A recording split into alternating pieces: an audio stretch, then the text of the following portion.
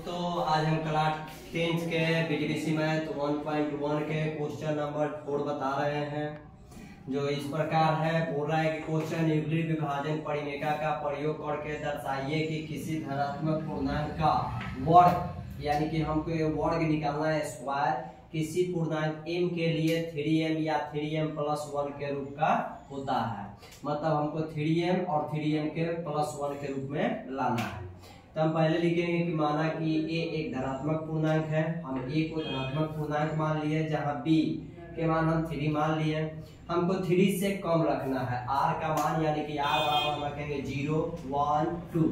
अब हम फॉर्मूला लिखेंगे यूक्लिड विभाजन परिमेय से। यूक्लिड विभाजन परिमेय का फॉर्मूला होता है a बराबर dq प्लस r। केस 1 में लिखेंगे r बराबर हम 0 ले लेते हैं, यानी कि a का मान ठीक है, q का मान, b का मान हमको 3 दिया हुआ है, q है तब q हो गया, r के मान हम माने हैं 0, यानी कि इसमें 0 जोड़ेंगे तो ये रह जाएगा 3q, यानी कि ये बराबर हमको आ गया 3q। इसको हम मान सकते हैं। आगे क्या करना है कि हमको वर्ग निकालना है। लिखेंगे दोनों तरफ वर्ग करने पर, यानी कि एक पार्ट ये हो गया, दूसरा साइड ये हो गया, यानी कि दोनों तरफ वर्ग करने पर हम लिखेंगे a स्क्वायर, यानी कि 3q के स्क्वायर, a स्क्वायर 3q के स्क्वायर, यानी कि 9 के स्क्वायर हो गया। हम इसको क्या करेंगे कि इसको हम तोड़ देंगे। कैसे तोड़ेंगे तो लिखेंगे 3 गुणे 3q के स्क्वायर कर देंगे, जहां 3q स्क्वायर बराबर हम m मान लेते हैं। जहां हम 3q स्क्वायर रखने बराबर m रखने पर, यानी कि जहां जहां हमको 3q लौटेगा वहां पर हम m के मान रख देंगे।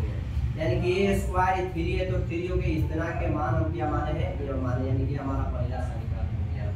केस 2 में चलते हैं तो केस 2 में मान दिया हुआ है r बराबर 1, यानी कि हमारा जो यूक्लिड विभाजन है a बराबर bq, b के मान हमको 3 है, q है तो b हो गया, r के मान हमको 1 हो गया। अब लिखते दोनों तरफ वर्ग करने पर, दोनों तरफ जब वर्ग किए तो ये a स्क्वायर हो गया, 3q + 1 के स्क्वायर हो गया।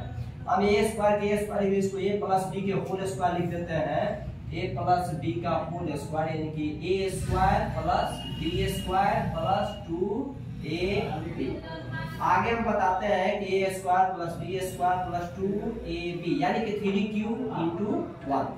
3 के स्क्वायर 9 हो गया, 1 के स्क्वायर 1 हो गया, द्वितीय 6q हो गया। a स्क्वायर बराबर 9q + 6q को आगे ला दे, 1 को पीछे रहेगा।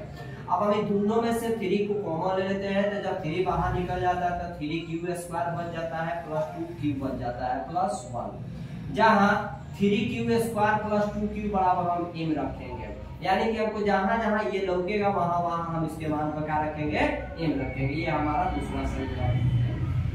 अब केस 3 के मतलब है कि r बराबर हमारा आंसर आ गया, यहीं पर आ गया, एक 3m और एक 3 + 1 आ गया। इसके रूप में हमारा क्वेश्चन सिद्ध हो गया। बाकी हम एक और r के मान रख के 2 बना देते हैं आगे की ओर। a बराबर 3q + 2, यानी कि दोनों तरफ वर्ग करने पर, हम दोनों तरफ वर्ग किए थे, ये भी a स्क्वायर हो गया, इसको 3q + 2 के होल स्क्वायर कर दिए, इसको a स्क्वायर 3q के square a square + b square + 2ab।